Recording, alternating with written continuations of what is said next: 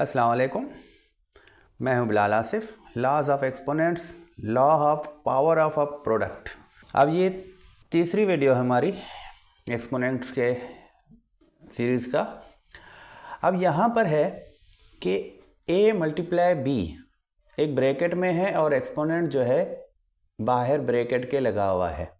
तो ये एक वैल्यू है, ये दूसरी वैल्यू है, दोनों के बीच में मल्टीप्लिकेशन की निशानी है। दो अलग अलग वैल्यूज़ मल्टीप्लिकेशन में है और ब्रैकेट के बाहर एक्सपोनेंट है। जो ये ब्रैकेट के बाहर वाले एक्सपोनेंट है ये दोनों से ताल्लुक़ रखता है, ये इसके साथ भी है, ये इसके साथ भी है। तो इसकी रिज़ल्ट जो है वो दोनों को अलग अलग। तो इसी तरह अगर यहाँ पर मल्टीप्लिकेशन की निशानी हमने ज़ाहिर करी है, लेकिन हम अलजेब्रा में जो वेरिएबल यूज़ करते हैं उनके दरमियान में मल्टीप्लिकेशन की निशानी ज़ाहिर नहीं करते, लेकिन उनके दरमियान में मल्टीप्लिकेशन की निशानी होती है। तो अब जिस तरह हम वेरिएबल ज़्यादातर यूज़ करते हैं एक्स वाई, तो फ़र्ज़ करें इस तरह एक्स वाई के ऊपर अगर 2 का पावर है तो ये 2 का पावर ये x का भी है और ये y का भी है।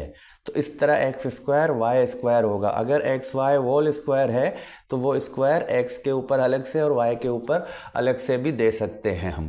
अब आपको पिछले लॉ में याद है, तो हम एक्सपोनेंट पावर ऑफ पावर कर रहे थे, तो एक्सपोनेंट के ऊपर एक्सपोनेंट जो ब्रैकेट के बाहर है तो वो दोनों एक्सपोनेंट आपस में क्या है, मल्टीप्लाई है।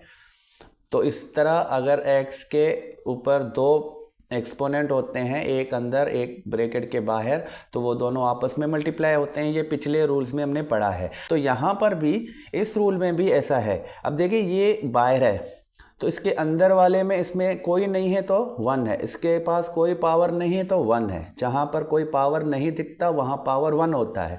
तो ये जो पावर है बाहर वाला, तो ये इसके 1 से मल्टीप्लाई है और इसके 1 से भी मल्टीप्लाई है। तो ये पावर इसके 1 से मल्टीप्लाई होके 2 हो जाएगा, यहाँ पर इसके ऊपर से भी मल्टीप्लाई होके तो फिर इसके ऊपर 2 हो जाएगा। अगर फ़र्ज़ करें x के ऊपर 3 का पावर है और y के ऊपर मैंने 4 का पावर दिया और फिर ब्रैकेट के बाहर भी एक पावर है, तो ये मल्टीप्लिकेशन जो है इनके दरमियान में मौजूद है। हम इसी फार्मूले के ये वाले साइड में हैं। देखें ये एक वैल्यू है, ये दूसरी वैल्यू है और बीच में मल्टीप्लिकेशन है। जब मल्टीप्लिकेशन नहीं होता वेरिएबल्स के दरमियान में तो वो एक दूसरे से मल्टीप्लाई ही होते हैं। तो यहाँ पर हम इसके दूसरे साइड के हिसाब से जाएं तो ये जो पावर है ये वाला एक्सपोनेंट जो है इसके साथ भी होगा और इसके साथ भी होगा। तो हम क्या करेंगे, अब इसके साथ अलग से एक पावर है तो x3, फिर ये 4 इसको देते हैं। इसी तरह y 4 पावर और ये पावर इसके साथ हम रखते हैं। तो ये अब इसको मैंने ब्रैकेट में इसलिए रखा क्योंकि इसके 2 पावर थे, तो दोनों पावरों को मैंने इस तरह रखा। नहीं तो आप बगैर ब्रैकेट के फ़ौरन से इसका 3 लेके इसके 4 के साथ मल्टीप्लिकेशन में रखें और y के 4 वाला इस 4 को इस 4 के साथ मल्टीप्लिकेशन में रखें। तो मज़ीद अगर इसको हम हल करें तो 3 को 4 से मल्टीप्लाई करते हैं 12 और y में जो है 4 से 4 को मल्टीप्लाई करते हैं 16 एक्सपोनेंट बन जाएगा। तो ये इस तरह 16 पावर में आएगा। अब यहाँ देखें ये एक ऐसा एक्सप्रेशन है जिसमें कोएफिशिएंट भी मौजूद है, जिसमें 2 वेरिएबल भी मौजूद हैं। अब ब्रैकेट के बाहर एक्सपोनेंट लगा हुआ है और वेरिएबल्स के साथ अलग से भी एक्सपोनेंट हैं। तो यहाँ पर यही रूल, यही लॉ लगती है। हम क्या करते हैं, इस पावर को, इस एक्सपोनेंट का मतलब ये एक्सपोनेंट इन तीनों के साथ ताल्लुक़ रखता है। तो इन तीनों को अलग अलग हम इस तरह इस कंडीशन में भी लिख सकते हैं। हम 2 के ऊपर अलग से 3 देंगे। अब 2x और y ये तीनों आपस में क्या है, मल्टीप्लाई है। हम अगर इनको अलग से मल्टीप्लिकेशन की निशानी में रखेंगे तो x के ऊपर 4 पावर और अब ये वाला एक्सपोनेंट अलग से, और y के ऊपर 3 पावर और ये वाला पावर अलग से। तो अब 2 के ऊपर 3 पावर, तो 2 आपस में 3 टाइम मल्टी, तो अगर 2 के ऊपर 3 का पावर है तो वो ये 8 के बराबर होगा। अब x जो है इसके जो ये दोनों एक्सपोनेंट हैं ये आपस में मल्टीप्लाई होंगे, जिस तरह हमने पिछले वीडियो में रूल्स देखा था। तो अब ये दोनों यहाँ पर हम मल्टीप्लाई करके इनको रखेंगे।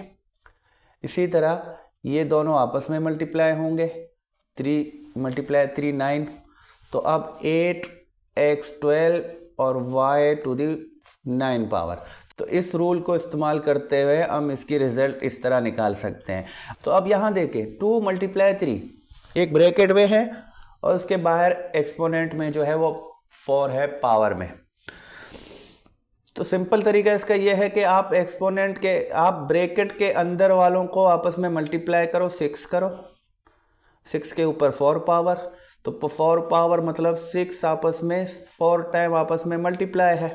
तो अगर मैं इसको हल कर दूं तो मज़ीद 36 मल्टीप्लाई 36 इन दोनों को मल्टीप्लाई करा और इन दोनों को मल्टीप्लाई करा।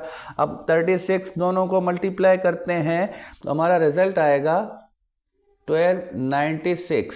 तो ये एक नॉर्मल तरीका है जिस तरह हमने हल करा है। अब इस लॉ के थ्रू अगर मैं हल करूं तो लॉ क्या बताती है कि ये पावर जो है इसके साथ भी है, ये पावर जो है इसके साथ भी है। तो 2 को मैं अलग से ये पावर देता हूं और 3 को मैं अलग से ये पावर देता हूं।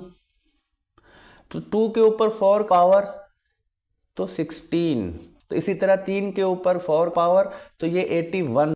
अब इन दोनों को भी अगर मैं मल्टीप्लाई करूं तो सेम रिजल्ट आएगा हमारा 1296। ये हमने इस तरह यहाँ पर हमने क्या करा, एक्सपोनेंट वाली लॉ यूज़ करी इसमें।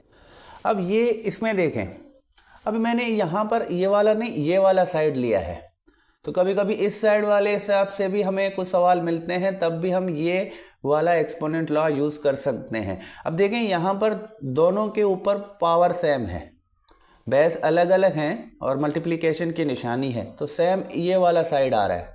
तो हम इसको इस वाले साइड के मुताबिक हल कर सकते हैं। हम क्या करते हैं, पावर को 1 टाइम लिखेंगे ब्रैकेट के बाहर, 3 का पावर है मैंने 1 टाइम लिखा, और मैं 2 को 3 के साथ ब्रैकेट के अंदर रख सकता हूँ। तो इसको मैं इस टाइप में भी लिख सकता हूँ इस एक्सपोनेंट के ही रूल के मुताबिक। तो आगे जाऊँगा तब मैं इसको पहले हल करूँगा। अब 6 का जो क्यूब है वो 216 है, ये तो हमें पता होना चाहिए। तो ये इस तरह भी हल होगा। नेक्स्ट क्लास तक खुदा हाफिज़।